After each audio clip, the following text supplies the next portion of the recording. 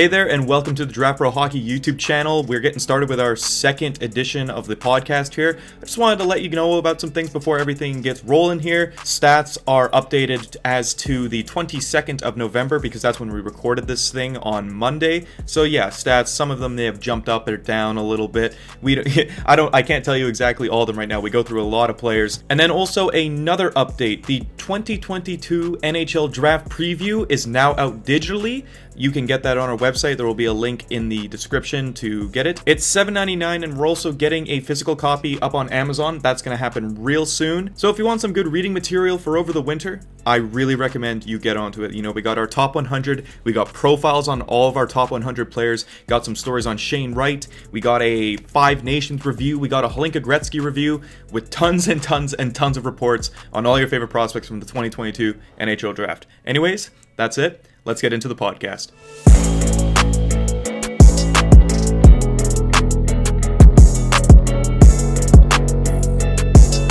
Hey there, everyone. Welcome to the DraftPro podcast. We're here with our second episode. It's going to be another great one here. We're bringing in our second rankings pretty soon here. We got three of our beautiful, great scouts with us today.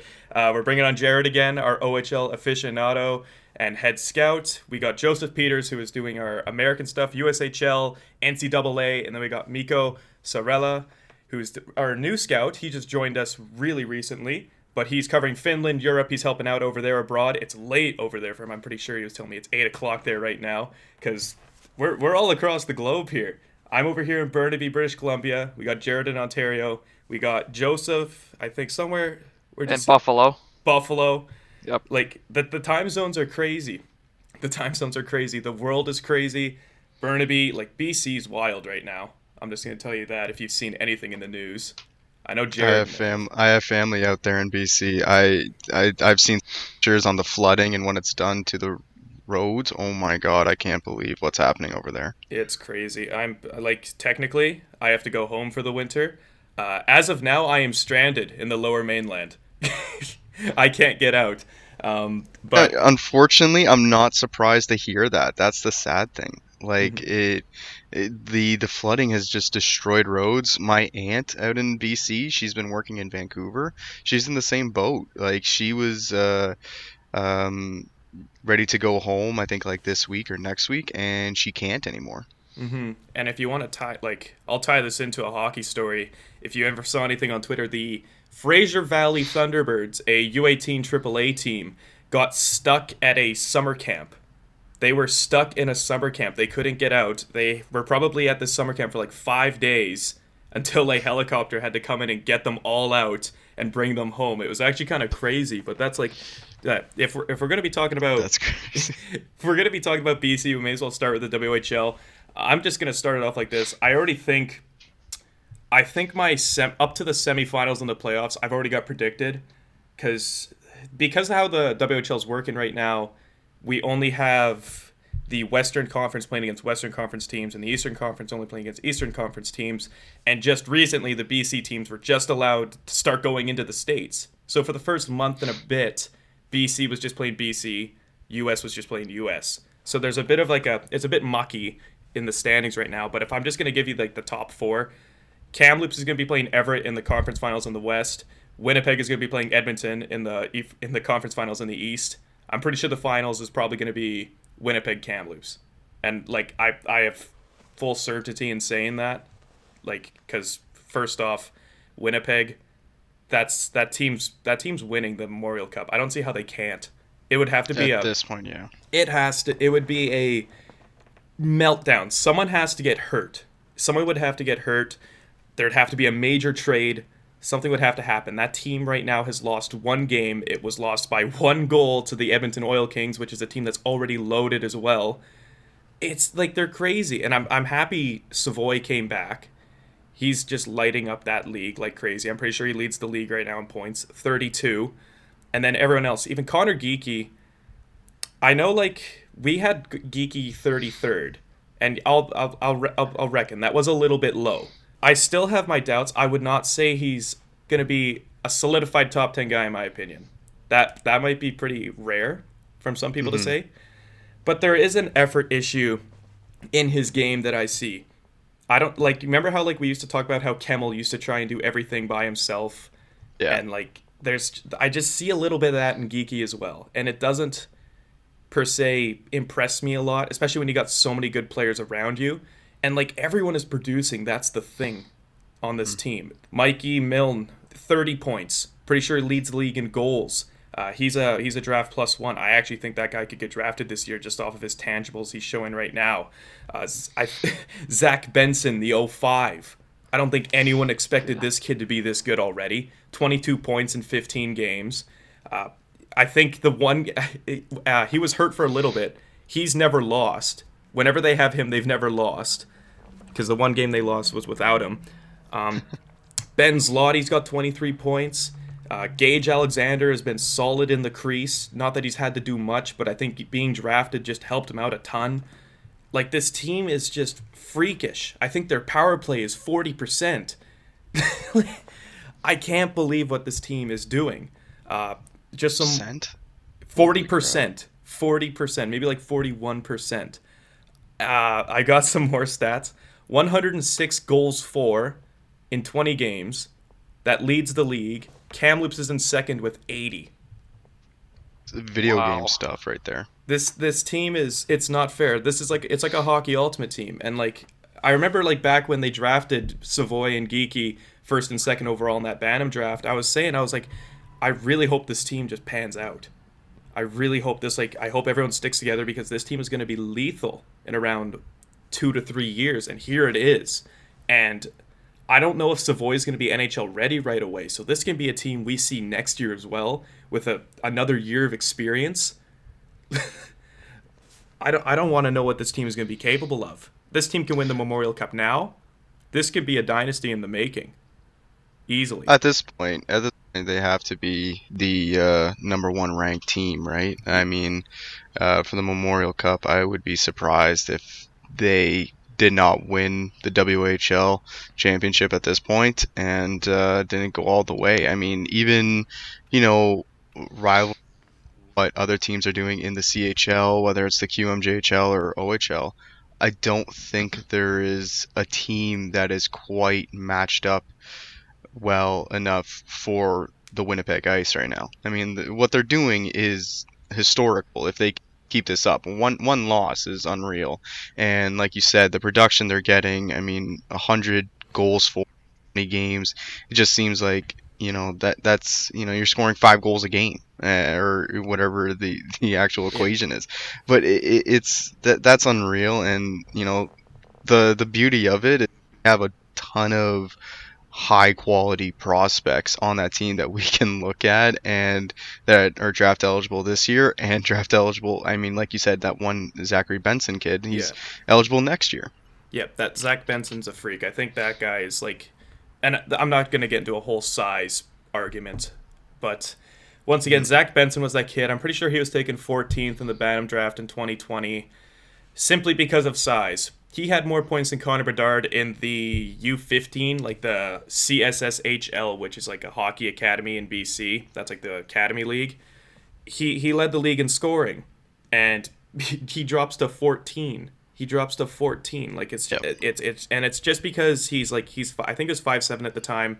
I've said this before. You look at photos of that kid when he was 15, you would have thought he was 9. Yeah, his profile picture on EliteProspects.com. Yeah. He looks so young. Yeah, I remember when I first saw him. You should see him. It's not there anymore, but his photo last season, because they updated every season, he still looked like he was 12, 11 years old. Like, I couldn't believe. I was like, you can't be serious. This kid's not playing this year, right? I was like, look, he's gonna play one game. They're gonna send him back to BC. It'll all be over. And then he was there the whole season. I was like, okay. And then now look at what he's doing now. I think this guy should be considered a top 5 prospect for 2023. Mm-hmm. Honestly, it could be close. Like, and 2023 is really, like, it's stacked. And if we're going to be talking about 2023 guys, Jagger, Bedard, just in the WHL already. Jagger's just lighting up the show over in Moose Jaw. Bedard not as much, but we'll talk about that later. I want to back up some points. I want to back up some points there, but we're going to talk about some more 2022 guys, obviously, first. And obviously, if you're listening, if you're watching this, I'm pretty sure as we release this podcast, we are going to be we're going to be releasing our rankings, I know that for sure. And I think in a week or so after that, a week or two, we're going to be releasing our 2022 draft preview. That'll be available on Amazon. That'll be available for digital download. And that is just jam-packed with our top 100 rankings. We got some stories from our writers. We're going to have a bunch of profiles as well. We'll have full profiles written on all 100 ranked prospects in our winter rankings. So that'll be fun.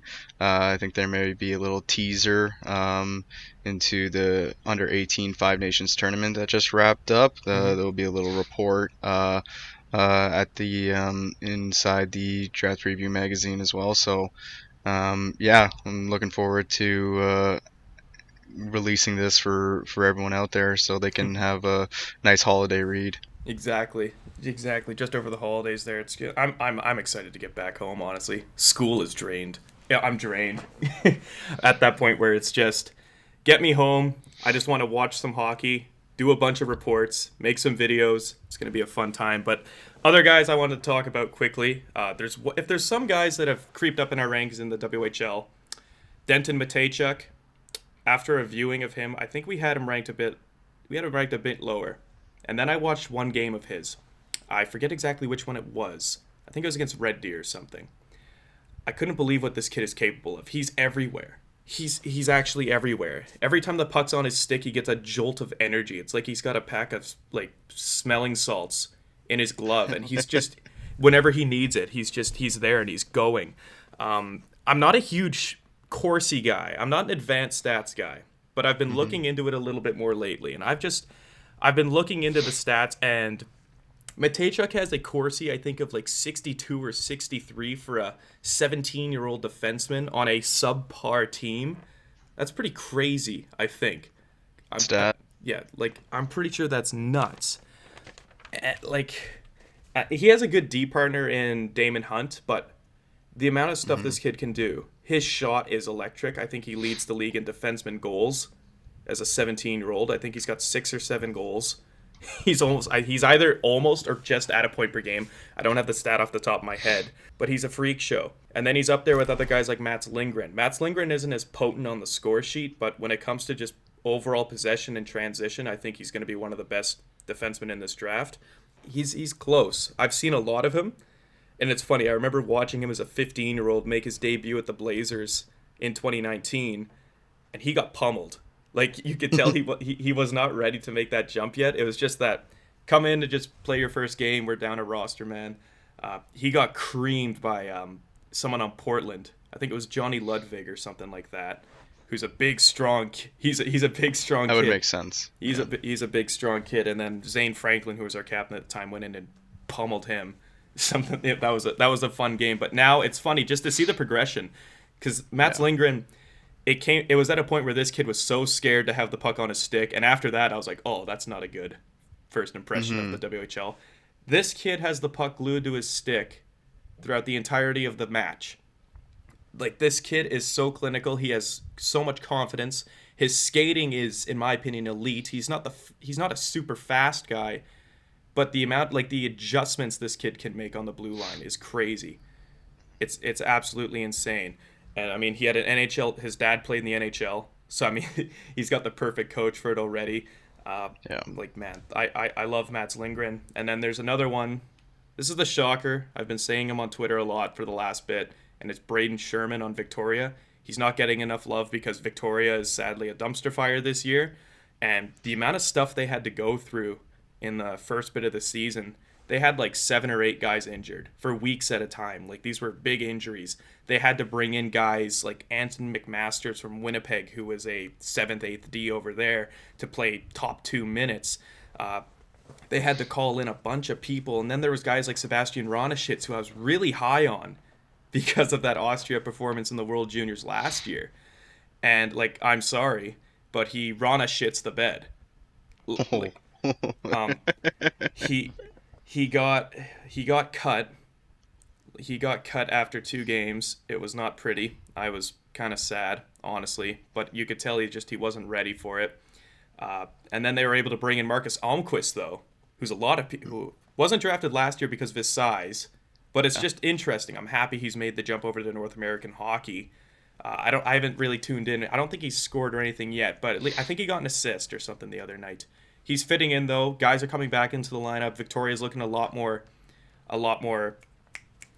reliable, a little bit more reliable. I think they're still going to be around the bottom of the league for the most part of the season. But Sherman, this is a guy who has been playing 24 to 25 minutes a night as a 17-year-old center because everyone was hurt. They're running 3 lines, may I remind you. I once saw one night their starting lineup, and there was 3 lines, 4 D-men. And I think I said my beer league team is able to suit up more guys than that. Yeah, I remember that tweet. I saw that you said that, and I was gonna bring that up because I was gonna say, didn't they play like a game where they only had 3 lines that they could rn and only 2 pairs? Like, to me, that is just ridiculous. Yeah. As for a junior team, and you're playing major junior. This isn't like junior A, like the Brooks Bandits or something like that. Like, this is major junior. You get good crowds out there. And that's, I couldn't believe that. It was absolutely crazy, and this is why the thing with Sherman, the beginning of the year, he was a lot more potent, obviously, a lot of energy and stuff like that. There was a couple games against the Blazers I watched. His speed is just phenomenal. I love, like, he times his runs so well. You'd think he'd be a soccer player, like, trying to time the offside runs. He blitzes you guys. He just blitzes you on the blue line. And I didn't mind his defensive game either. Like, he was just good at getting his stick in lanes and just, reading the play. And obviously, after I told everyone, start watching this kid after like 8 games into the season, this is when the fatigue a little bit starts to set in because you're playing 25 minutes a night. Around 60 to 70% of it is in your own end, chasing people around because you're bagged already. It's going to catch up to you. I don't care how young you are, how unfit you are. It happens to the best of them. Like, and you're playing against guys who have 4 lines every night, and they're playing in the offensive zone the whole night because they're in the BC division, and the BC division is it's iffy.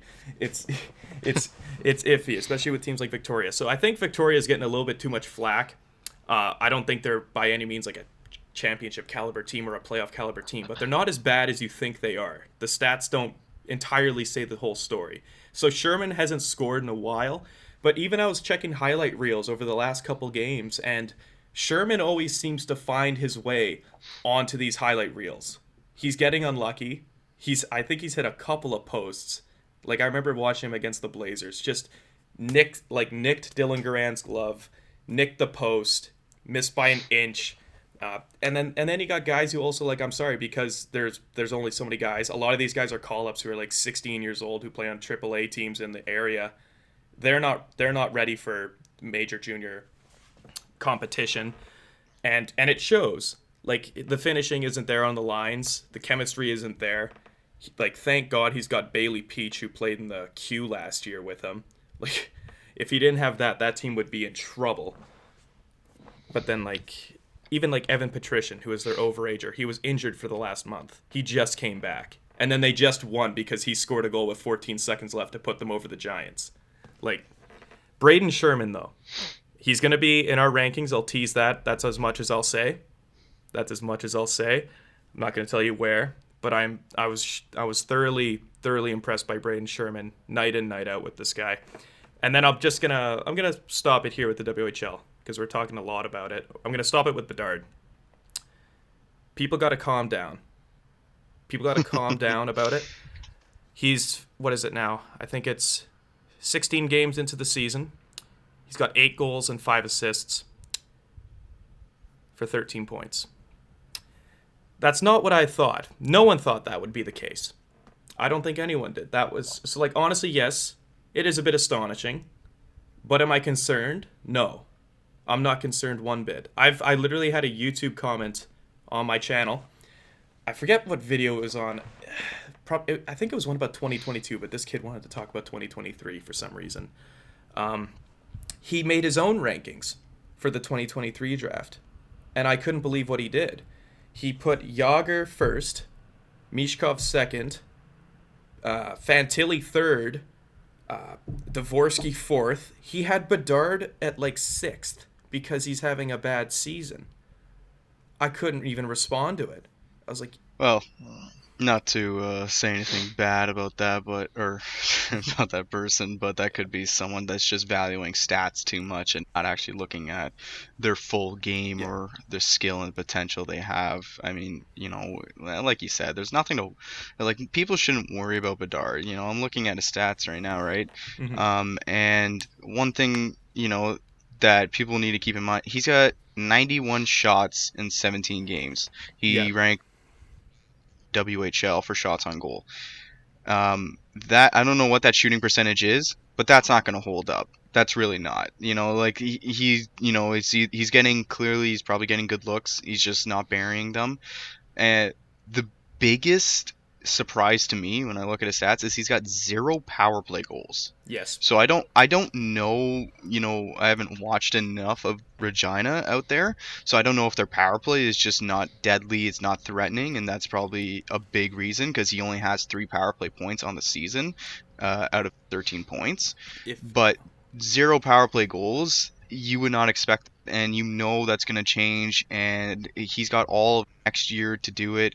Next year he could light up. Next year he could put up 120 points, and then we're, no one, this could be just, a tough year for him or something like that, but he still shows all of the skill set and the tools to be a generational talent. Yeah. I mean, the pressure on him is immense, too. The pressure is immense.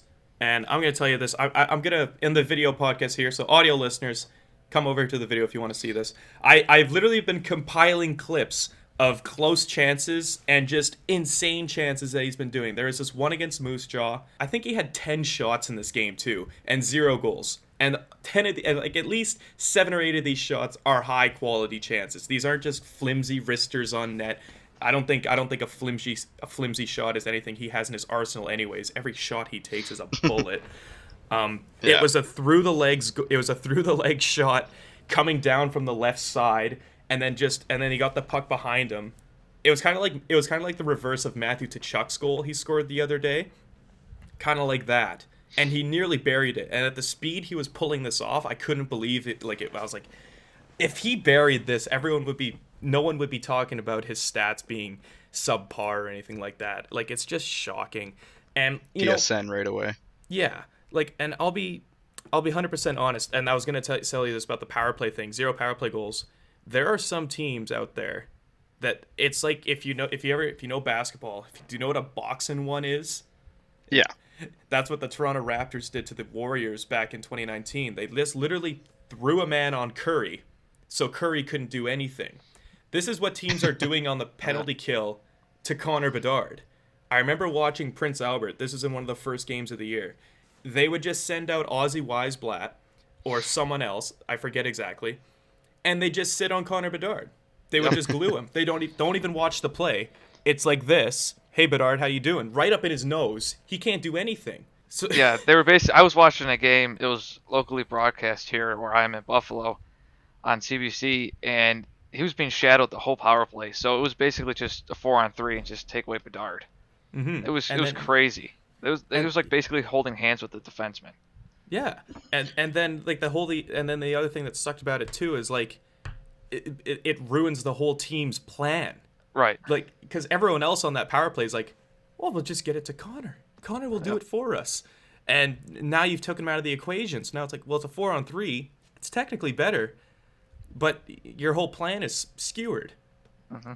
It's skewered, and it bummed me out watching it. I remember I was on the phone call with my dad once because I just like talking about stats with him. He doesn't even really care about hockey that much, but I was like, Dad, you're not gonna believe this. Like, it's like, because he's a big basketball guy, so I used that same analogy I was using earlier with him, and then he's just like, what is, like, he knows from his time watching hockey with me. He's like, no, that's not hockey. That's boring.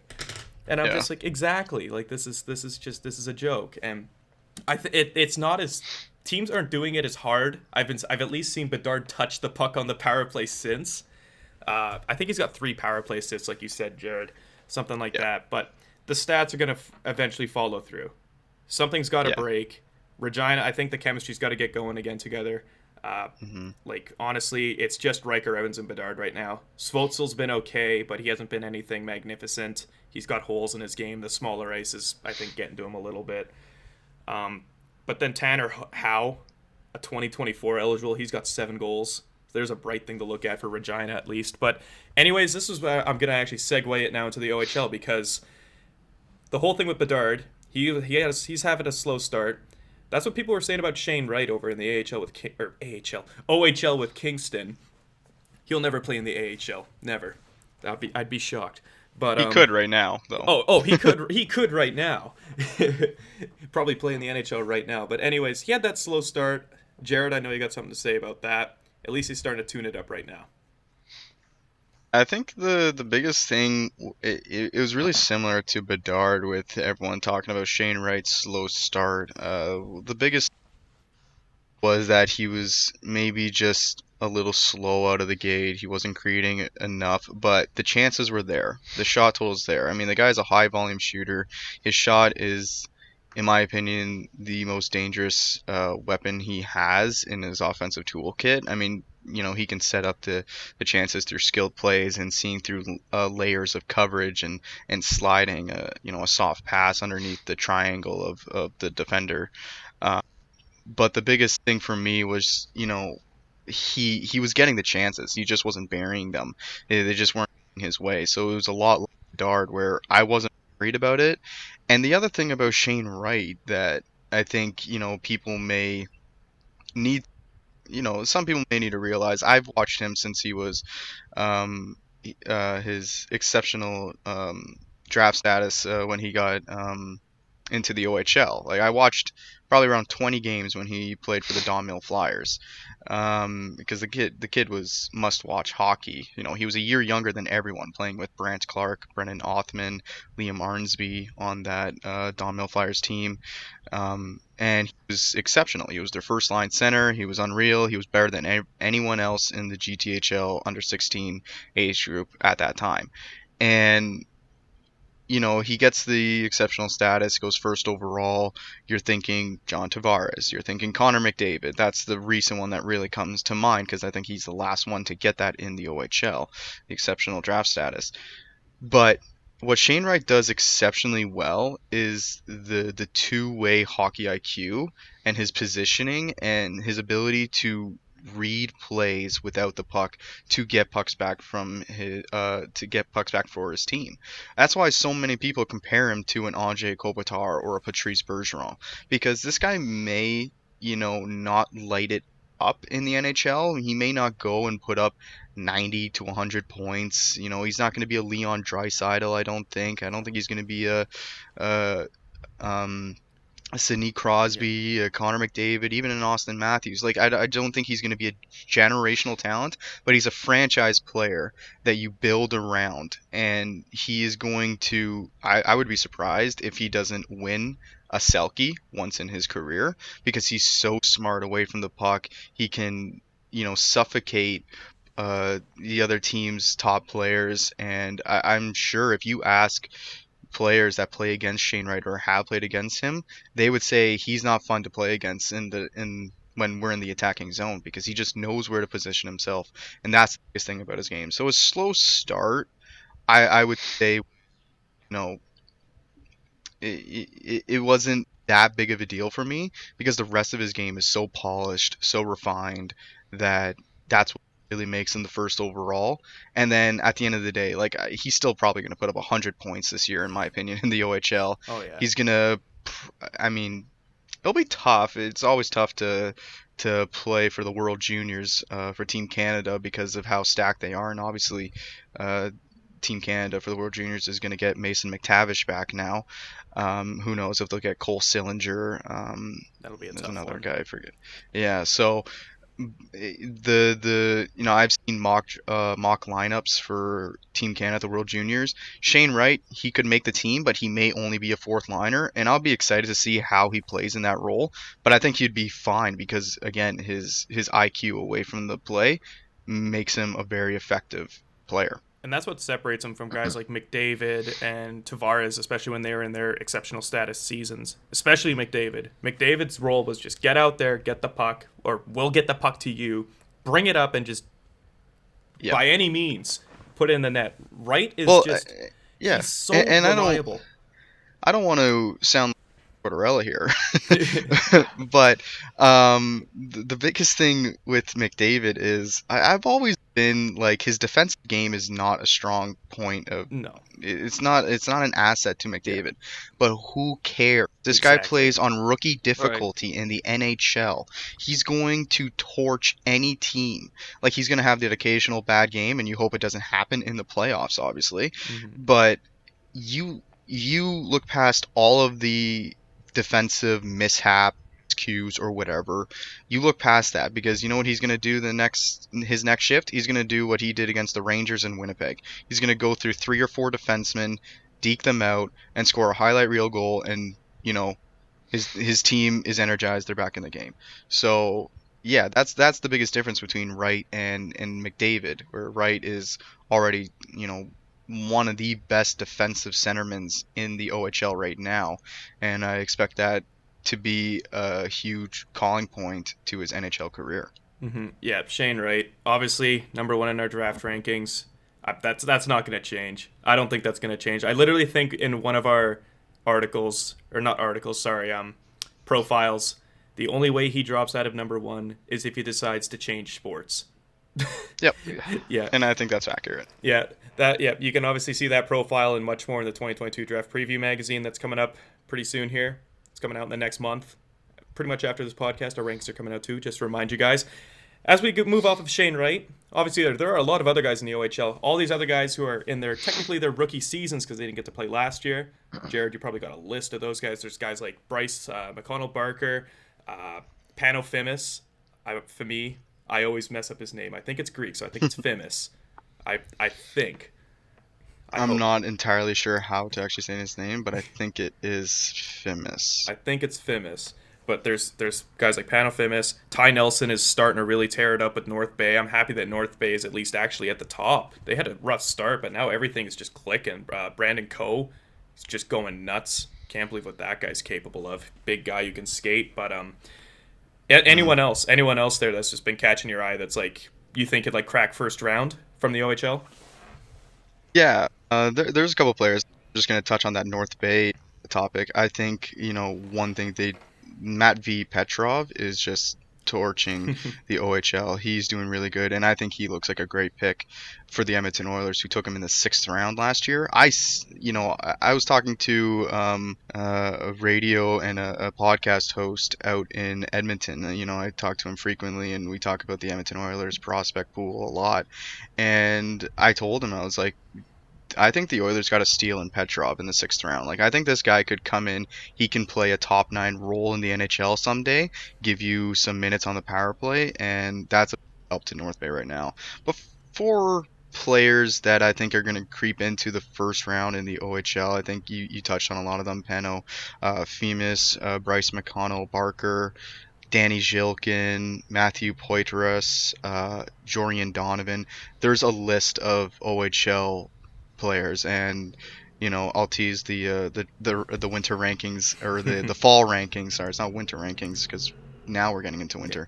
The fall rankings are going to be released soon, so you'll see where we slot in these OHL draft eligible players. But I think Bryce McConnell-Barker really has the potential to get up into that 1st round and be drafted as a late 1st rounder, because he's got good pro size that, you know, we know NHL teams love to see, but he's also a rapid skater. He's very fast. He's got a quick first step. His stride is very much clean, refined. You know, as he gets strong, just going to get more explosive, and I like that. I really like his shot and his technique. I think his body shape is routinely correct when he shoots. He doesn't look off balance from mid to far out. So I think the biggest thing with McConnell-Barker is just being more offensively consistent. He hustles a ton, and he can be a guy who forechecks and gets the puck back. And then probably I have him as maybe it's very tight between these players: Donovan, McConnell, Barker, Fimis, Poitras. But I really like Jorian Donovan. I really like what he can bring to the table as a very smooth skating two-way defenseman that brings a mean side. He can play the body. I think he just needs to maybe time his routes a little better or time his hits a little better. But the biggest thing in his game, and I think it will be his calling card, next year, when he is probably the leader for the Hamilton Bulldogs on the back end, and potentially in the NHL, is his transitional. He's a breakout technician, because he can move the puck either using his feet or his hands, and that's such a good part to that's such a good thing to see in a young defenseman. I find if it's one thing if they can move the puck, using their passing skills or whatever, but if they can also utilize their feet to create separation through a check and have a controlled zone exit into the neutral zone, that's a big thing I look for, and Donovan can do that. I think he just has really high potential because of the ways he can impact the game, and I think he's got the potential to be a first rounder, but I think there's just some consistency right now. I still think he's finding his footing into the OHL. I think he's looking more and more comfortable as the games go on. And the offensive production may not be there, but you see his upside as he moves the puck out of his own zone, and that's something I really like from him. And I think, like I said, the size, the ability to play with a physical brand could turn him into someone who can shut down top players and be a minute muncher potentially in the NHL as like a second pair. So there's someone you probably, for all you listening, if you ever wanted like the rundown on Donovan, there you go. That could have been its own like separate YouTube video in itself. Like I might just literally rip. I'm a fan of him. I'm just literally gonna rip that whole segment and then make a YouTube video out of it on my channel. Like seriously. Well, he's also. Hey, you can go right ahead. I'm fine with that. The other thing, I'll say on him because I rambled on about him, but he's got great character, great work ethic. He's got NHL bloodline, so he knows what it takes to be a pro. And I think this is, a kid that is going to be someone that could surprise people. Maybe not be a very high offensive productive defenseman at the NHL level, but he's just going to be very sound, and he could become one of those. I'm trying to find, like, I don't want to say Slavin or Slavin on Carolina. That can make sense. But like one of those. Yeah, kind of. Jack of all trades defenseman who's just super clinical. Because like thing with Slavin, what does he really do wrong? There's not a lot that guy does wrong. Yeah, exactly. The only thing with Slavin, I would say, is you don't see him putting up Erik Karlsson or Brent Burns offensive numbers, but he doesn't need to because he is arguably maybe the best shutdown defenseman at the NHL level. I'm not saying Donovan could become that, but I'm saying he could be a lesser meaning of that in a second pair role where you can utilize him in matchups, and if you're a coach, you're feeling comfortable. A defensive defenseman that doesn't how should I put this? Screw you in the offensive end. He can still play. He knows how to distribute the puck, and I think that's an important thing. If you have a defensive defenseman who can move a puck, that's something I personally look for, because there's a lot of guys there were guys in the WHL last year like Marc Lajoie, trying to think some others. There was always Montana, Onyebuchi, Sean Strange, and Kamloops. They were shutdown guys, but when it came to the puck on their stick, not much they could do. And it's the same thing. Like that's what I was saying. If you have a defensive defenseman that can move the puck, still be a little bit physical, and know how to get himself out of tight situations, I think that's just a great trait to have. And there's not enough of those defensemen in the NHL. And I mean, if there are, they don't get any credit. But they don't need the credit. They're getting their $4 million contract a year. They kind of sit out of the spotlight a little bit, but they're still so useful. These are the guys that win you championships. And like that's the thing I think. Like Donovan, if it comes down to like a late first, mid second, I think a team is getting something great. Because I know how much you love Donovan. I don't think he's a guy that people are going to be like, oh, I'm going to take him 15th overall or anything like that. But someone between like 25 to 45 in that range, if you're just looking for someone that you're almost 90 to 100% sure he'll crack the roster in 3-4 years.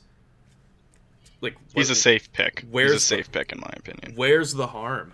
And then obviously we're gonna get out of the 2022's 2004 born. Sorry, we're gonna get into the 2003 borns because obviously, like you were saying too, a lot of those guys they didn't get to play last year. The one thing that they really did get to play was either overseas or at the PBHH Invitational. And one of the guys that impressed me at that tournament was Tucker Robertson. And I was actually shocked he never got picked. And then it was funny because then there were guys like J.R. Avon, I think. And he never got drafted, but he went to Phillies training camp and got signed. Got signed. And everyone's like, wow, that's kind of cool. It's like good for him. But then his teammate, Tucker Robertson, look at what he's doing right now in Peterborough. Mm-hmm. Just yesterday, it was a 5-point game. I checked before we started the podcast. They changed it to a 6-point night. 5 assists. 1 goal, 5 assists. They added a secondary in there somewhere. Because he needed more, apparently. It's not like he's a 2-point. He's averaging 2 points per game right now. No, not exactly. He's that guy's just putting up astronomical numbers. 34 points in 17, 10 in his last 3, 10 in his last 2 if you want to take out that second game because I think it was a 4-point game, 0.6 points. So let's just scratch that. Scratch that one. Just imagine that game never existed. 10 points in a total of 2 games. Anything else you guys got to put on Tucker Robertson? Because that guy's just obviously just lighting the OHL on fire, leading the league. Well, I think, I have some opinions on Tucker Robertson. I really, this is another kid I've watched since his under 16 OHL draft year, playing for the Toronto Marlies organization. Or Marlboros, same thing. But he has always been someone who is going to bring 100% work ethic to every shift. He doesn't really fear away from the dirty areas, and that's something you're gonna like about him. And the fact that he's not a big kid, I think he's only 5'10". He's definitely bulked up, and you can tell. To interject, that's a really good thing. To interject, I think he's 5'10", 190, and I only know that because I literally was just checking his whole page there religiously. So yeah, I think 190. It's like that little that Logan Stankoven build, short and stocky. If he's up to 190 now, then he's definitely spent some time at the gym bulking up, which is what he needs to. Exactly what he needed to do with his size. What he's doing right now is amazing for the OHL. I'm more fascinated about what he's doing, not so much with the production, but I was saying, before we pressed record, he is up there and maybe is first for the most face-offs attempted in the OHL. He takes an average of maybe 25 to 30 face-offs a game, and surprisingly, well, I guess it's unfair to say surprisingly, but his face-off percentage I think is 57. So he's winning those draws. It's not like he just needs to be thrown out there because he's your top line center. He actually can win you important face-offs in the offensive zone or defensive zone. He gets used in all situations for Peterborough. He's always normally first out there on the penalty kill. He's out there on the power play, and his ice time is around 22 to 24 minutes a night. I saw he played, apparently, his game again. There was a game in October against the Kingston Frontenacs where he played 28 minutes. I believe the game went to overtime, but I could be mistaken. But he almost played half. He pretty much played half the game for a forward, and I thought that was, unreal. So, and that's something that I'm not surprised about. This guy has always been a great work ethic type of player. He can be relied upon, and then when I look at the offense for him, he's producing, but I don't think he's going to be a great scorer. at the next level, because the way he's scoring his goals right now are very much in tight around the crease, which he's getting either bang-in tap-ins, rebounds, the occasional tip, and at the end of the day, at the junior level, defensemen just miss those cues to tie up those players or something like that, right? At the NHL level, they're going to tie him up better. You're not going to get that time and space to maybe your stick is going to get tied up far more often, and you may not be able to get that rebound. So how else can he create the goals that he's scoring right now in the OHL is kind of a question mark for me. The other thing that will maybe hurt him at the next level is I don't think he's got that great break kind of acceleration separation speed. He's kind of got a sluggish first step. It's not the quickest. He's just not really a fast skater unless he's turning on his edges, moving laterally, playing an east-west game. Then you see the quickness, and then you can see him kind of separate himself a little bit in tight situations. But in a straight line way, I don't think he's got that next or that acceleration gear for the next level to be a threat in transition. But he's putting up the points. He's proving me wrong that he can do it offensively. I thought he would be around a point a game this year because of just all the minutes he's playing, but I didn't think he would be 2 points per game. So he's proven me wrong there. I think he's got really good vision. I think he's got really good passing skills, and the way he handles the puck and can make plays in motion. I like all of that, but I think some of the goals he scored for me aren't like wowing me. And I think as you would expect, because I think this is a guy who has the potential to maybe crack the top 100, or he could be maybe a 5th, 6th rounder, and he's going to have a lot of things to work on before he makes the NHL. But I think the biggest thing he has going for him is his work ethic and his reliability factor in his game, to be just kind of versatile and play a checking role, which ultimately is going to be what he will play at the NHL level. He's going to be a bottom 6 forward, and I think he'll be able to excel at that. A bottom 6 guy who could, just put in the greasy ones if he gets that open space. Like, that's the thing. Like, that's all you're looking for, really. Like, I don't think many people, like, obviously you're going to have, like, the guys, like, if you're a Peterborough fanboy, you're going to be like, yeah, this guy, next level thing. That's what everyone always says. But the one thing, like you said, like, that work ethic, and I think it's so admirable, especially as a +1. You love seeing it. Stories like Brett Leeson out in Prince Albert a couple years ago. Just +1 stories, +2 stories. The work ethic is just, that's what sets them above everyone else. There's so many guys after they get, like, after their draft year, they don't necessarily give up, but it's like, well, I didn't make it. And then there's the guys who go, I didn't make it. I'll just do the next 2-3 years here and have some fun. And then you got the guys where it's like, nope, I'm stepping up my game. I'm going to go hit the gym a lot more this summer. I'm going to go work out, hit as many training sessions as I can. And obviously Tucker Robertson is one of those guys. And I love seeing that in him. And then I think we're going to do a little quick touch up on Q. We don't have any QMJHL specialists, but I got to throw out there some stuff. Like, there's Tyler Peddle, the 05, who's playing with, it's Drummondville, right? He's playing with? I think it's Drummondville. That is. Yeah, Drummondville. And I think almost everyone we're going to be talking about plays for Drummondville today. I think Cote plays for Drummondville. Lamoureux plays for Drummondville. I think those are the 3 guys I had all, like, on my list. And Lamoureux, I've heard good. I've heard people that are really high on him. They're like, this guy can move the puck, shut down defensemen, big. And then I have some people say, he's just big. There's nothing with him. This is just me. Every time I see a defenseman like that, I hear some people just raving about him and some people just ripping on him. It just makes me think of Tyler Myers. And being a Canucks fan, as you can see, Tyler Myers is such a love-hate guy.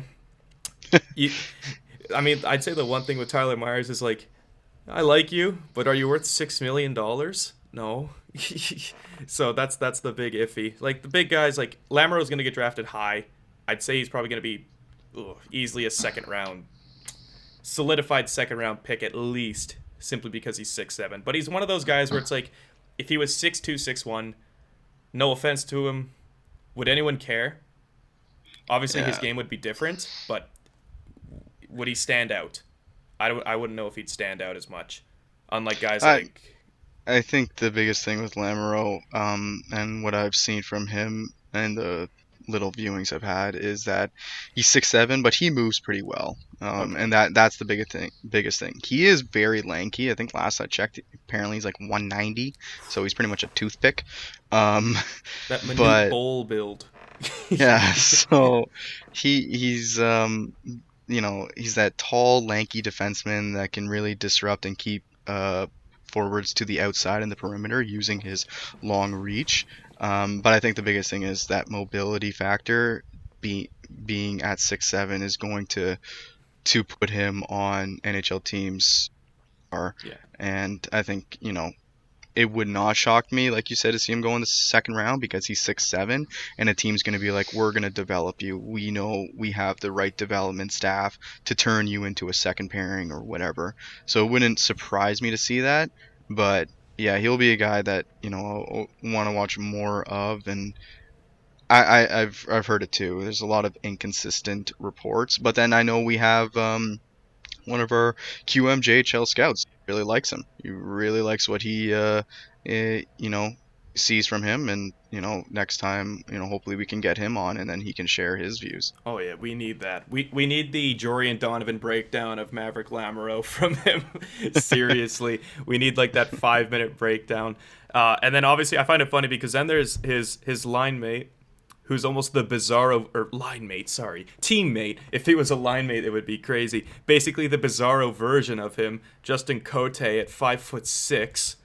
Mm-hmm. Like if you've ever actually seen the photo of Manute Bol and Muggsy Bogues, Manute Bol 7'7", Muggsy Bogues 5'3", and they got 3 basketballs in between them.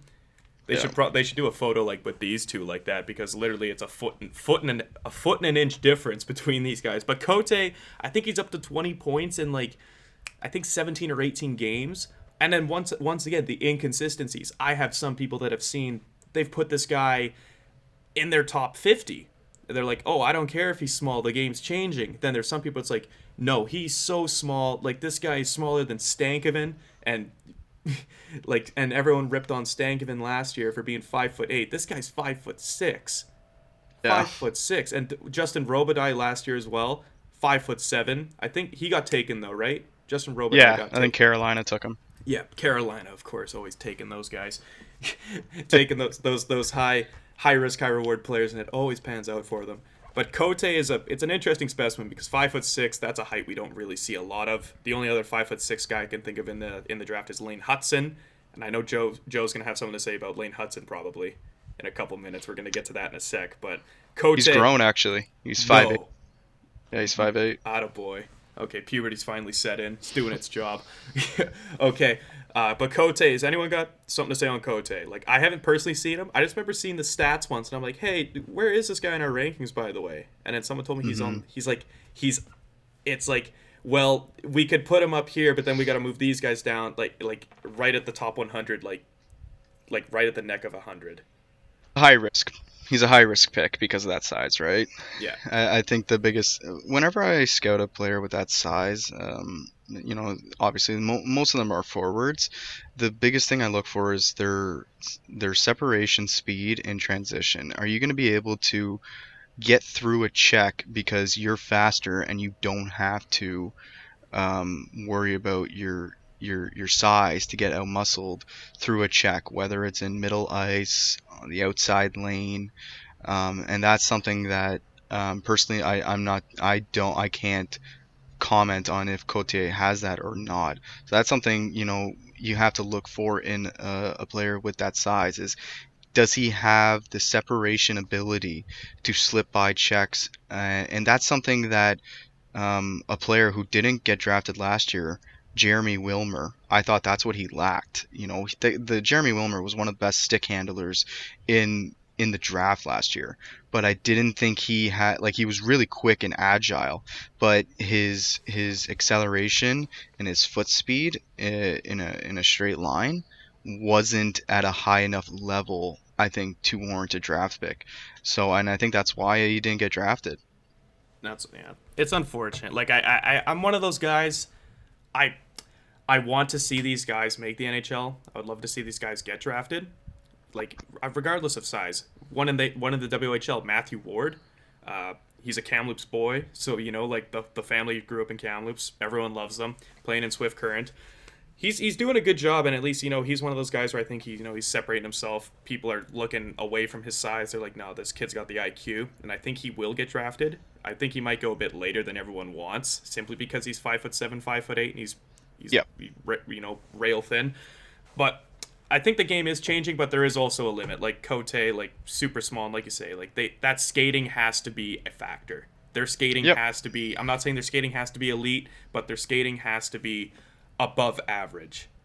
They need to have either like crazy agility, some form of acceleration, like you were saying. They need that next step, and some of them just don't have it. And like we say, we'll learn with Cote. Hopefully when we get our Q scouts on here, they can give something on Cote as well. But I think it's time to move on to the USHL. Joe, we got a lot of stuff to talk about. That what are we talking about here? That I think we're gonna start off with Cooley. Because the amount of turmoil that's been going on when we were making our rankings for the 2022 draft review for the top 100 rankings, everything was pretty clear. There, we were all pretty agreeable with some little flip-flops here and there. But then there was the Logan Cooley discussion. This had, I would say, a little bit of a problem, because there's some of us who haven't seen a lot of Cooley. And everybody's just like, but Savoy, Slavkovsky, Nemitz, Yurov, we love these guys so much. We don't want them to drop. And then Joe here was like, no, Cooley is top 10. Yeah. This guy's certified top 10, and I think 100%. And I think down the line, rankings are going to change with Cooley, especially when more of us get our eyes on him, especially when it comes time like U18s in the spring. Like, I think Cooley is going to, like, the consensus is going to change. But obviously, what do you got to say about Cooley, Joe?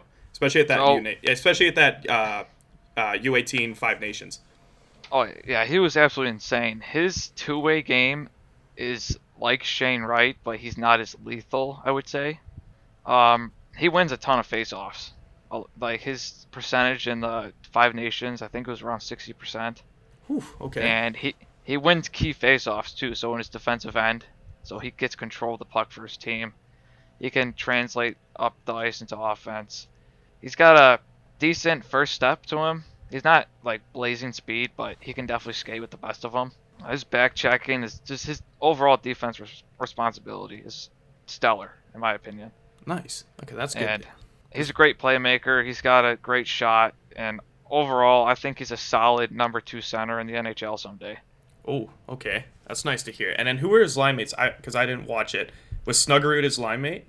Yeah, he was playing with McGroarty and Snuggerud. So, and that line was just scary. Yeah, good luck stopping them. McGroarty was feasting on everything. Like, he was using his body just on the attack on the forecheck. He was sniping goals. Him and Snuggerud were absolutely sniping lasers past goalies. McGroarty was just an absolute beast. I mean, he's like a power forward with skill. He's one of a kind in this draft, I think, for the Americans. And then Snuggerud, before this U18 Five Nations, I looked at him as more of like the setup playmaker guy for my first couple viewings. And then after this tournament, he added a layer to his game with the shooting.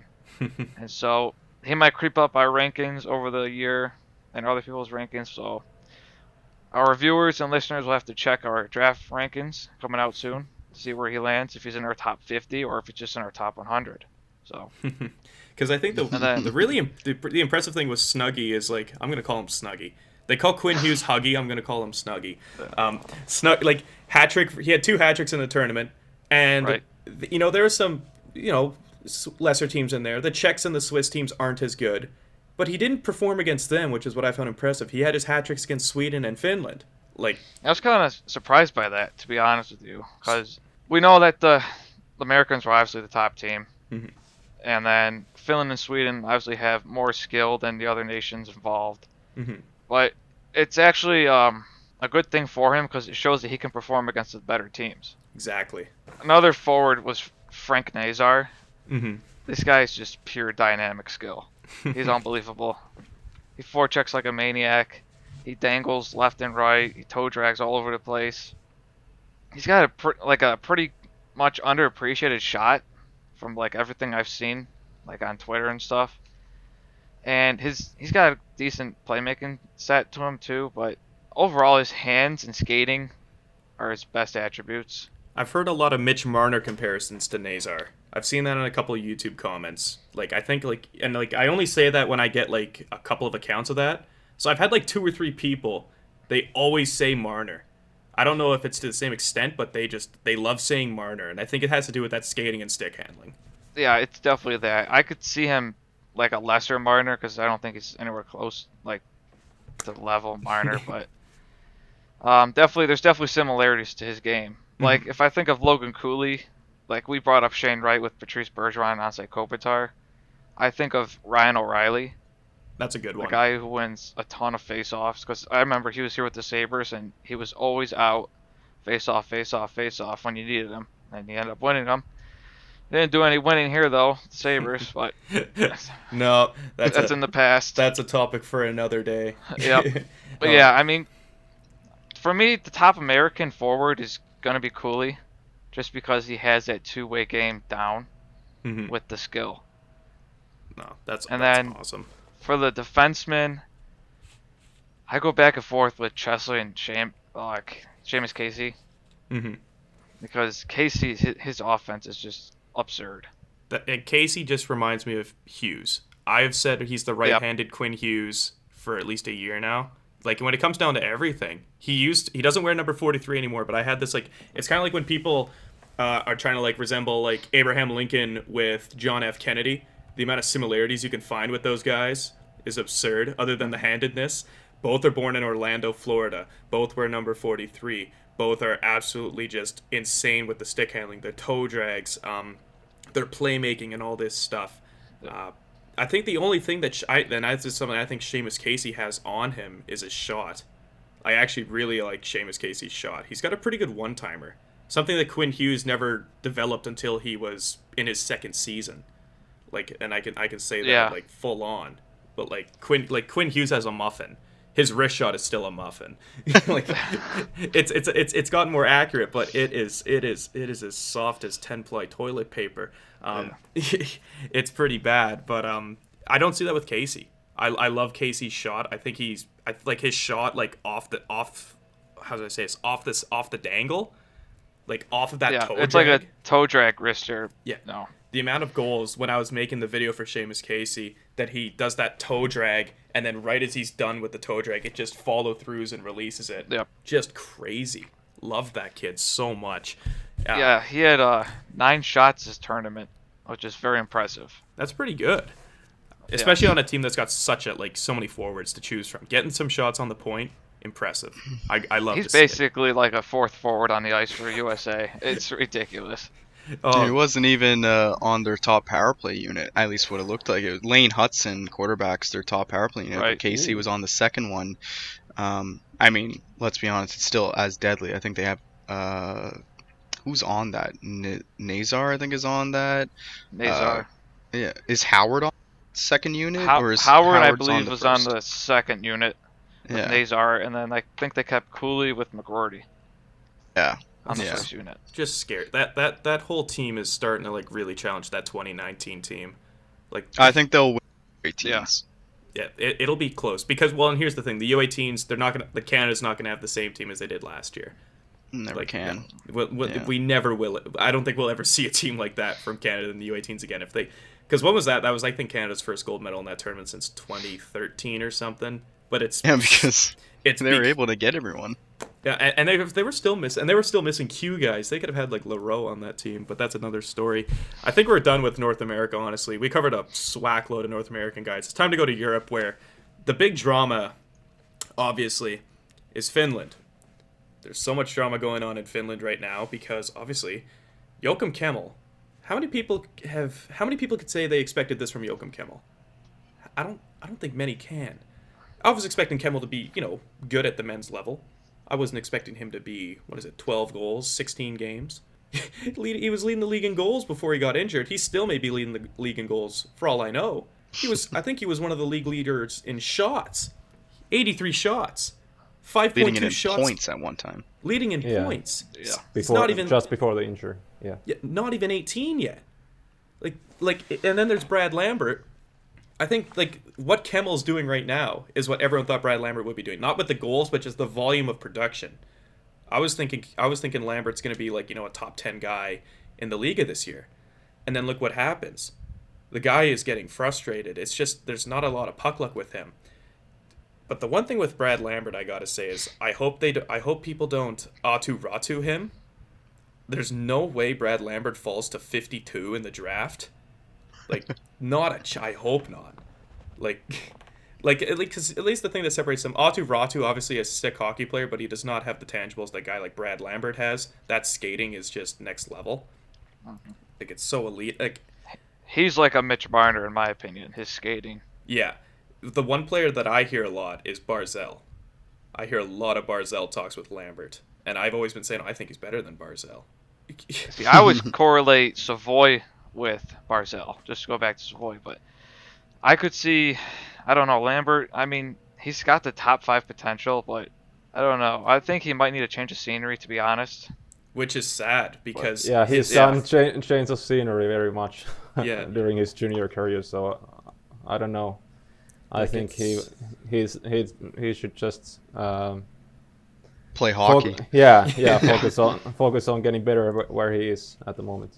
Because at least because he's starting to show the emotion. Obviously, I'm gonna bring up that clip. I'm not gonna completely crap on the dude for doing this. Obviously, everyone has emotions. Stuff happens.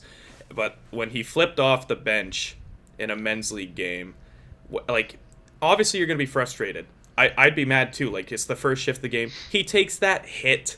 Would I call it a dirty hit?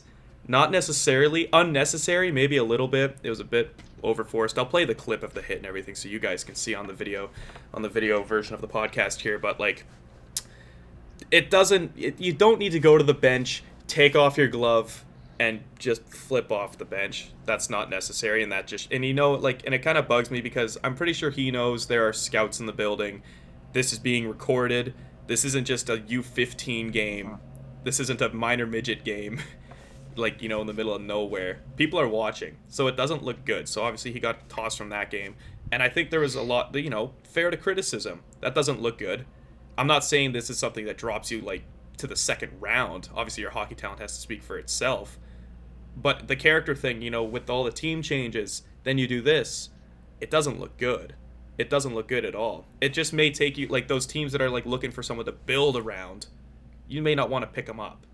Simply because it's well, are we going to bring this guy into our locker room?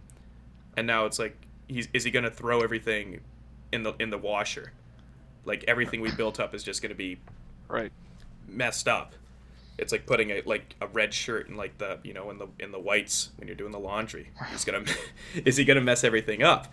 I remember hearing the rumors about him coming to Saskatoon in the WHL, which I want to see really bad. as bad as Mikko doesn't.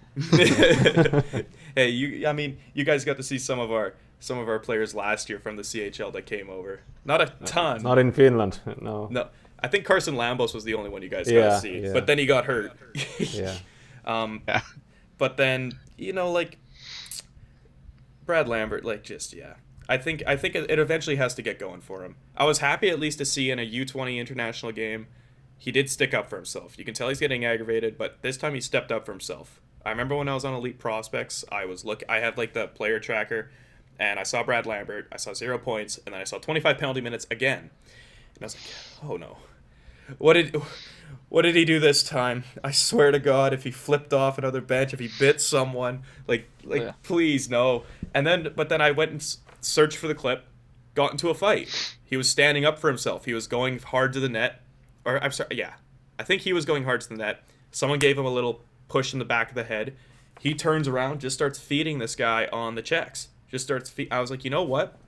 I'm not a huge fighting guy, but he's standing up for himself, and I think that says something. He's frustrated. He wants to get going again. He cares about this. He's not just one of those guys. He doesn't care. He's obviously. Well, I'm just gonna interject, and I also want to hear what Mikko has to say here because it seems like his point totals are turning around a little bit. Mm-hmm. And, at least he's producing a little bit more. So, what's it looking like out there in Finland, Mikko? Yeah, what I've been impressed with Lambert at the moment, that you could expect him to be a bit frustrated that Kemel is doing so well while he's underperforming big time. But in a recent interview, he was really praising Kemel highly, and I was really I think that was a good sign of him having the right kind of attitude. And but right now, I think I haven't seen his recent games, unfortunately. But prior to those, yeah, he's been good at transition. But when he's in the offensive zone, he's just been clueless basically. So he's been in the first games he got quite a lot of mistakes, and then the story that I kind of created in my mind was that he got stick from the coaching staff from those mistakes, and then he wanted to be less selfish, and then he kind of did some of those blind passes just for the sake of it, and he just was thinking too much.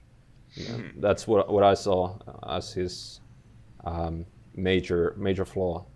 I feel like he's just gripping the stick too tight. Yeah, he's maybe trying to be too pretty.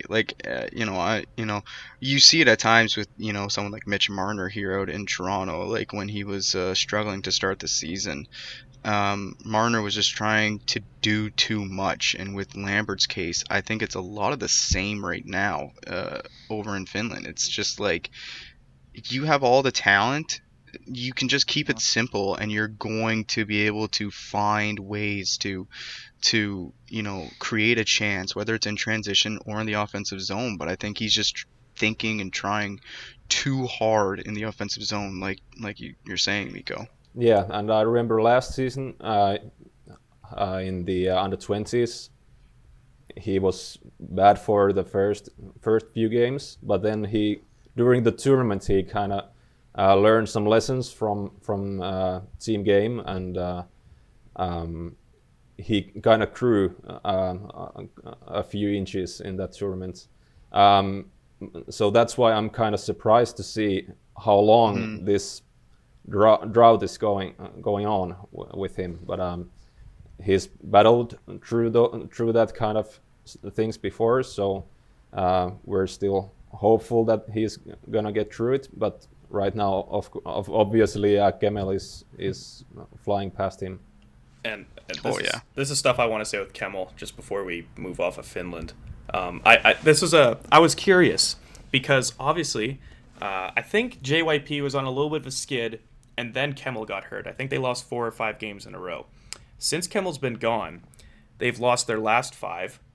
Their production has gone way down. Their power play, 0 for 20. 0 for 20 on the power play without Kemel. And I think is that bad? That's I think that's a bit rough. I mean, it's nothing like Vancouver over here, but 0 for 20 in those 5 games, like they're barely getting any shots. And this is the thing, in the 4 games where they did lose prior to Kemel getting hurt, he had 3 power play goals.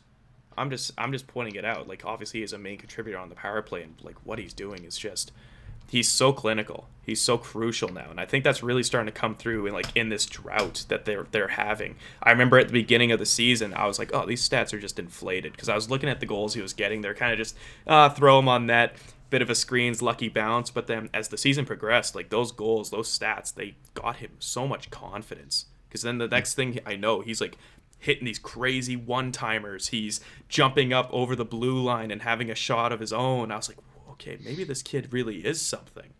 Yeah, but he's been doing, I think, 14 or 15%, shooting percent. Yeah, and, I think I have 14.5%. Yeah, that sounds right. Yeah, We'll round it up to 15 to sound good. Yeah. So and what I've been very impressed with on Kemmel. I'm doing the North American pronunciation there, but yeah, Kemmel. Okay, so Kemmel. Okay, just so I know Kemmel, for the future. yeah, that is the right one. So he's been able to be the guy who just takes the team on his shoulders and turns those close games to W's. So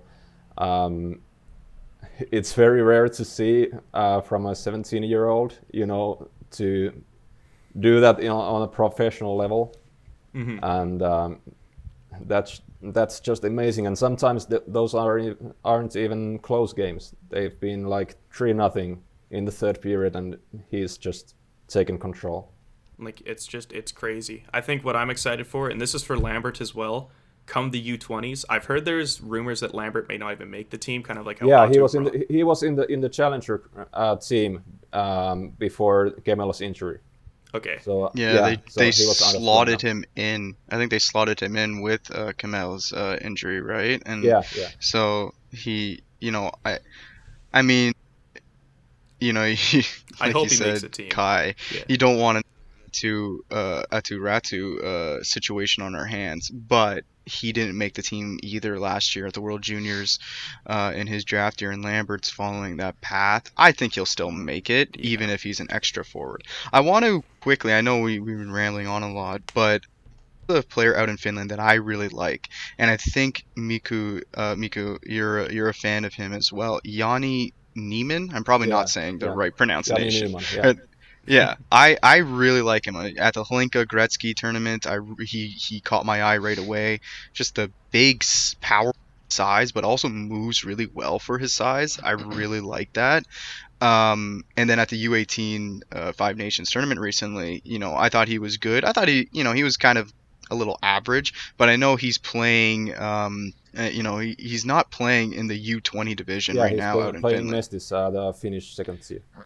Yeah, so, and, I think you're a fan of him. Do you think where do you really, I know people will find out where we have him in our rankings when they come out, but do you think there's any potential for him to creep into first round consideration, or do you see him as maybe a second round? I think he's going to be that kind of a, first, second round, borderline player. Mm-hmm. He's very similar to Robbie Järventie, who got drafted 36th overall, I think. The Sens guy, right? Yeah, the Sens guy. And I think he's going to be the similar kind of guy. And I could really see his career progression to be very similar to Järventie's, and actually Robbie Järventie also played his draft year in Mestis, the Finnish second tier. That's right. Yeah. Very beautiful similar paths. And actually they were also in the Robbie Järventie also played in in Ilves organization, the same organization in They're following similar paths. Why is everyone literally? Why does everyone but Kemmel follow the same path? Lambert's following the Ratu path. The only thing he's not doing is playing for Carpet. I don't. We call it Carpet. Carpet. Okay. Carpet is how Oulu Carpet, whatever. But I think they're gonna be a fun team to watch at the U20s at Edmonton this year. That's someone I'm definitely gonna be watching a lot. I think the U20s. I think Slovakia is gonna be lovely at the U20s this year. I want to see Dvorsky at that U20 level. For sure. I want it. I'm not gonna. It's gonna be interesting. It's gonna be a jump. If you remember Slavkovsky at the U20s last year, you could tell he had his flashes, but it wasn't there. He wasn't there quite. But now I think Slovakia. I'm not saying they're gonna compete for a medal this year. If anything, they compete for a medal next year. Yeah. 2023 in Russia. That's bold. That is very bold. Hey, they won a bronze in 2015. I know there's going to be other good teams, but it happens. Man, I mean, they I would love to see it, for the record. I'd love to see it. I mean, the talent coming out in Slovakia right now is so high end, and it's something I haven't really seen. And obviously you have Nemec, Nasar, Slavkovsky, Dvorsky. Like those 4 big names are like, they look like potential top guys that are going to make an impact at the pro level Top right 6, now. top 4, For like sure. seriously. And I know the other one. We had the Cooley argument for top 10, and then we had the Nemec Yidacek conversation. Yeah, that is interesting. Yeah. That's a tough one because I'm just gonna say my thing. I'm on Team Nimitz. I think that's just because of my whole Slovakian thing. I fell in love with him with the Holinka. But Nemec is seriously something else. I love what that guy brings to the table. He's more dynamic than Jiricek. I think Jiricek has a better two-way game, a better two-way understanding. He's got the physical edge over him. But when it comes to just the NHL style, what brings in tickets, especially nowadays, I just see a lot more in Nemec. His stick handling, his IQ, his positional awareness is just off the charts. The only thing he really doesn't have is a shot. His shot, in my opinion, is brutal. And I think I also see his defensive positioning lacking a little bit. A little bit, yeah. Yeah. It's nowhere near where it could be, and that's where Jiricek has it. I think and Jiricek's also playing in a better league. I think the Czech league has a bit of an edge over Slovakia. Yeah, sure. So it's so tough, when you're watching some of these players that are playing like out in the Slovakian men's league, or they're playing out in the Dell League in Germany, like how Tim Stützle did in his draft here. Because I don't want to discredit those leagues by any means, but they're not the Finnish top league. No. They're not the Swedish top league. No. It's different over there. So how the quality of the competition is definitely such a tough conversation, because we can say, oh yeah, they're playing out against men over in Slovakia, but it's like, how well is that? Yeah, how well is that competition? I don't mean to discredit those leagues, and I love seeing, whenever I see, like what Nemec is doing, playing against men in his 2nd year now.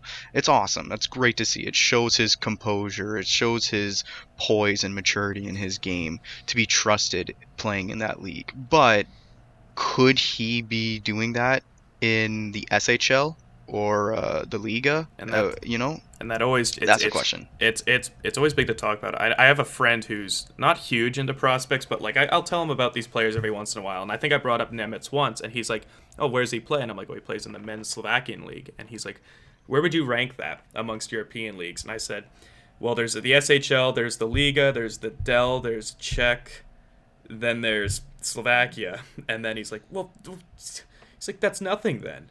He's just playing, for all we know, he could be playing against a bunch of 30-year-olds who have second jobs as a manager somewhere. Like, I don't. So it's, and then I was like, you're kind of right, but I love the benefit of the doubt. Yeah, but I have to say that Slovakia, actually, it's more about the Finnish league. It might be it's waning a little bit because the money is of course tight, and as it is in almost everywhere, and there are, to put it into concrete numbers, I think a third liner in Liga, he will take borderline second, third liner in Liga. He would rather go to Slovakia for a better money. So really? Yeah. So there are some really, good players in Slovakia as well. But of course the quality, of course, and the for example, the bottom 2 lines, for example, are way worse in Slovakia than they are in Finland. But for example, also to the Czech league, for example, I think he was KOKO's top point scorer last season. He went to Czech Extra League straight out. So it shows that those leagues are kind of closing in. Yeah. At least the Finnish Liga, but Finnish Liga obviously it's it's more about the playing style, I think. Because I think in Finland the game is still as close as it gets to North American hockey, in Europe. And then the junior I feel leagues. I was just gonna say, sorry. I was just gonna say, like, I feel like the Finnish league, the games are a lot closer from what I see, and I think that's what more you see. competitive. Yeah, and way more like team play, kind of, not so much flash. You would see from other leagues. Mm-hmm. What I was gonna say is like, and here's just like the more comparisons. I've heard some people like when you see like, for example, Switzerland. They don't have the best, especially like their junior program. Like I've been tasked with watching a few of their games. I've been busy and like video is very low quality from over there. So sometimes watching those games is a pain and I don't know who's who. So I'm just like, I'll be watching it for like 10 minutes. I'm like, I don't know what's going on. Like, and it's one of those robotic cameras too, and they can't follow the play like a human. And I'm just whatever. This maybe one day, but like I've heard. But to get to the point, I've heard some people say like the U17 like the U17 league in Switzerland is no better than a house league in Canada. I don't think that's 100% true, but I wouldn't be shocked if the competition is like maybe tier 4, tier 3. Yeah, there is some truth to that, I think, because the gap between Swiss junior leagues and professional leagues is huge. That is a big problem there in development, and but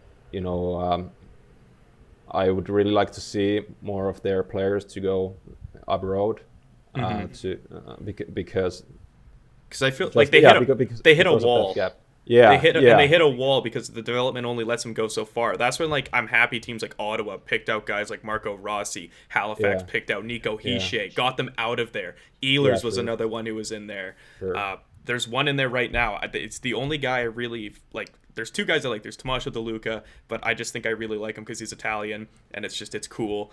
And then there's Kimo Gruber, who's a 2023 guy. I like him. I like him a lot, and I really hope a team this year really is like come to the CHL, come up to Finland, come up to please get me out, like get him out of there, give him some real competition, because I see like it's very cliche. I've heard this like because I've gone through HF boards, calling any Swiss center the next Nico Hischier, like they play like Nico Hischier, and I'm like, well, apparently that's a big cliche, but I really see a Nico Hischier in this guy. I'm not saying he's a first overall talent or anything, but it's just a good style.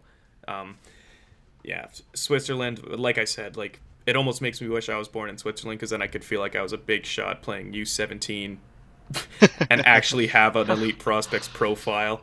Now I just look at my beer league stats. We actually have we have an actual like stats page for our beer league, and I just look at it. I'm like, yeah, look at that. I feel so big. But whatever. I think yeah. If there's anything else I wanted to really touch on, it would have been a little bit of 2024's. There's one guy in Finland I know. I think Mikko actually shared the video of Aaron Kiviharju. That kid isn't. Aaron Kiviharju. Oh my god. That if there was any time for a Finnish guy to go first overall, possibly for the first time ever, I think Aaron Kiviharju could be one of those guys. Or he's I've just been saying that for a long time. Yeah. Like, and I don't know if I really hope it just doesn't turn out to be one of the abundance of second overall picks they've ever had. Yeah. But I really like Aaron Kiviharju, if I'm saying it right.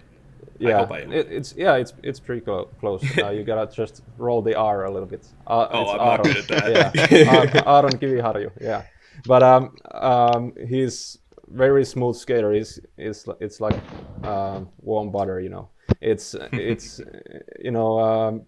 that Nick Leddy kind of a guy, I think. All right. And he can just bring the puck up, with ease. It's in the power play, you can just drop the puck to him. He'll take it to the offensive zone. Nobody can touch the puck. Nobody's getting even near it. It's amazing. I think I saw even in U20, because I have him on the tracker as well. Yeah. He's playing like 24, 25 minutes in U20 a night. Like I don't care if he's a defenseman. He's I think he's still 15, or is he 16 now? He's at 2006. Yeah, so he's 15. Like holy, he's still playing He's playing 20, 25. I saw 28 minutes once. And he missed most of last season. He played only 4 games, I think, last season. Just crazy. Because of injury. And he played those 4 games in under 18, and then he just moved straight to under 20s to play 24 minutes a game. And why not? Yeah, why not? It's of course he's still lacking the physical attributes to go to Liga, I think. Yeah. He might get a game or 2 there just for the sake of it, but he's not ready yet physically. But skill-wise, he can do that. He's gonna be elite skater in Liga as well. He's gonna be elite puck carrier in Liga as well. But other things, of course, he's lacking still for Liga level. But he's gonna be great if he just continues to do that. No, I'm excited for the 2024 draft. There's a lot of guys. There's Cole Eisman, Adam Dzeko, Berkeley Catton, Emil Vinny is that goalie in Finland who is apparently really good. But I think at this point, it's safe to say we're gonna wrap it up, guys. Thank you for tuning in. Tons of info, obviously. We're gonna I think we're gonna do our next episode around more so the World Juniors, after the World Juniors, because obviously after that, rankings go everywhere at that point. Because then you get to see the guys who didn't make the teams who are now on a higher role in their junior roster. They start going off. You got guys who go off in the World Juniors. You got guys who taper off at the World Juniors. It's gonna be pandemonium. Wait until potentially Logan Cooley plays like Matthew Beniers for Team USA, and then I feel like we'll all have to, owe Joe an apology and be like, hey, I think you're pretty right on this, kid, and I think we're all kind of like, so much focused on other players. But I mean, I love Logan Cooley, and seeing him at the U18 Five Nations really changed my opinion on him. But like you said, Kai, like that is a big, that could happen, right? Something. Logan Cooley could go off at the World Juniors, and then it's like, oh, he's got to be a top 5 pick now. Because he's playing. There's going to be a lot of eyes on that tournament. Oh yeah. That's when all my time is off. Yeah. I'm going to be spending watching 3-4 hockey games a day. That's the best time of the year. I usually have a tough time waking up in the morning, but I'm telling you, even when I think when it was played in the Czech Republic a couple years ago, waking up at 4 a.m. every morning, go and shovel snow during intermissions, I was that was like the peak of my life. On that note, though, everyone, fall rankings coming out real soon. They might even be tied in with the podcast. I'm not quite sure, but then also the 2022 draft review with the DraftPro 2022 DraftPro draft review is going to be coming out also really soon. Bunch of articles, top 100 rankings, profiles on each of those top 100 guys. It's a great read for the winter if you want to pick it up. It's going to be on Amazon. It's going to be on digital. Seriously, like if it's packed to the brim with info. you don't want to miss it. You don't want to lose out on it. It's a good deal. It's a great thing. You're getting, tons of info. That's all I got to say. So anyways, thank you for tuning into the podcast this time around. My name is Kai Farenholtz. We had Jared Brown, Joe Peters, and Mikko Saarela. Hope you all enjoyed. And anyways, have a good one. See ya.